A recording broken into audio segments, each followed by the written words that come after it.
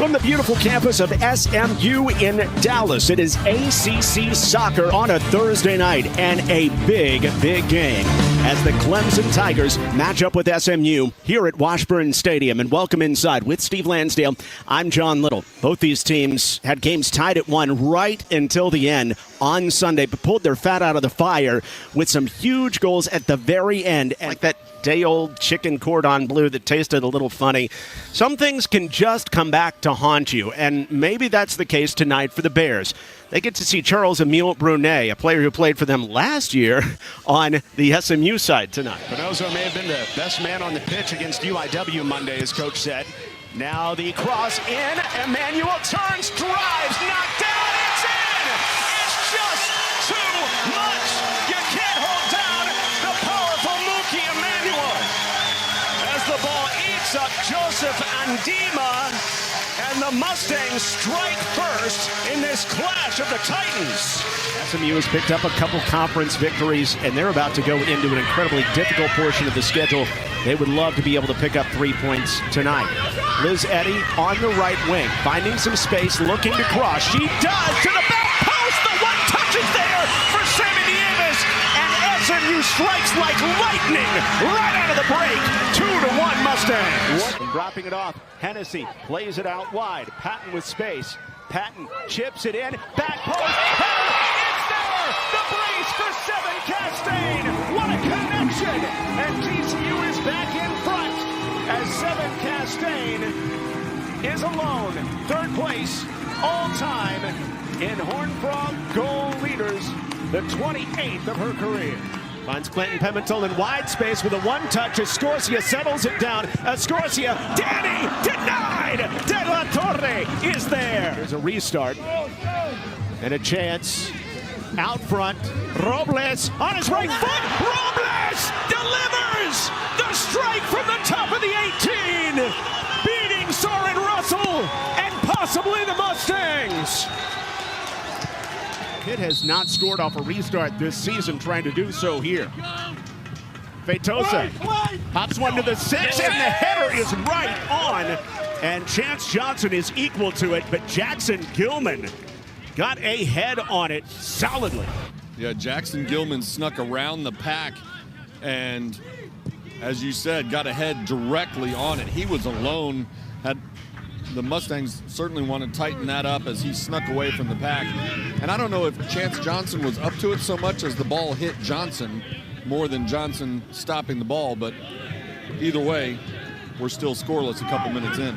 And a great start to ACC play for the Pitt Panthers, number 8 team in the nation. And they've been as high as number 3 this season. Actually started out the season unranked, and kind of like Kevin Hudson, the SMU head coach talks about he doesn't really care about the rankings. You know that Jay Vidovich, who has been at the head coaching thing in men's college soccer for 30 years, he feels just about the same way when it comes to the rankings early in the season. Right. I think regardless of what sport you're talking about, the coaches who care about preseason rankings are usually the coaches in their first year as head coaches. Everybody else knows that there is a long season ahead, and as evidenced by your point that Pitt started out unranked and climbed as high as number 3 in just a couple of weeks, early season rankings really don't mean a great deal. It also becomes the 3rd top 10 team that SMU has hosted in a row, if you worry about those sort of things. Quick restart after the foul on Bailey Sparks. SMU was able to take down St. Louis, number 6 St. Louis, last Sunday by a final of 1-0, and then tied Denver 2-2 last time out. This one leapt at by Clinton Pimentel. He takes it away, and Clinton Pimentel getting the start today for SMU. Whips down the left side with that freshman speed. Dumps it back for Danny Escorcia, and SMU tries to get set up for the first time. 4 minutes in. But as Escorcia tries to play it through the middle, it's knocked down by Feitosa, and we'll have a restart here for the Mustangs. I think the ball actually glanced off of Mike Stutt, the referee. Here's Escorcia, the junior college transfer. Feeds it inside looking for Lopez. It gets back to Escorcia. Lopez can't nip at it. It's halfway cleared, but Bynum runs onto it for SMU. Bynum getting his start in place of Brock Pope, as this is going to be a goal kick for Pitt after the good defensive play to knock it off of Bynum. So Bynum getting the start today in place of Brock Pope, who left with a leg ailment in the last matchup, the game against Denver. He only played 25 minutes. And then you had Kieran Pino leaving in the second half of that match, which is why Ryan Clinton Pimentel gets the start at the left wing back spot. For the Pitt Panthers, they're also missing a player in Felipe Mercado, the graduate, the transfer from College of Charleston, an attacking player who would normally be a starter. Miguel Bertrand moves into the starting lineup, a 5'7" freshman who played 50 minutes against Mercyhurst. He'll have to be big today for Pitt.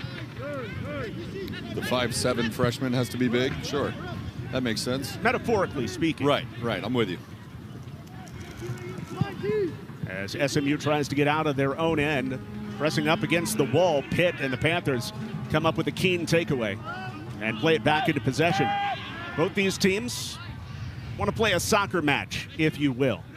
Pitt may be a little bit more of a direct team, Steve, but still a team that can play through you as well and try to pass around you. Yeah, and the Mustangs really got a nice blueprint for the kind of approach they're going to see tonight a week ago when University of Denver came in and SMU and Denver battled to a 2-2 draw. And the main reason for that is Denver's coach, Jamie Franks, played for Jay Vidovich when he was head coach at Wake Forest. So they have the same philosophies, the same thoughts, the same styles. The Pitt Panthers will do a lot of the same things that Denver did when the Pioneers were here at Washburn. And just like Denver, they'll do them pretty well because this is an extremely talented team. Here's Jalen Mitchell in on his left foot, and he slots it in for an opener for the SMU Mustangs in the ACC. The offensive player of the week in the conference gets it started early for the Mustangs.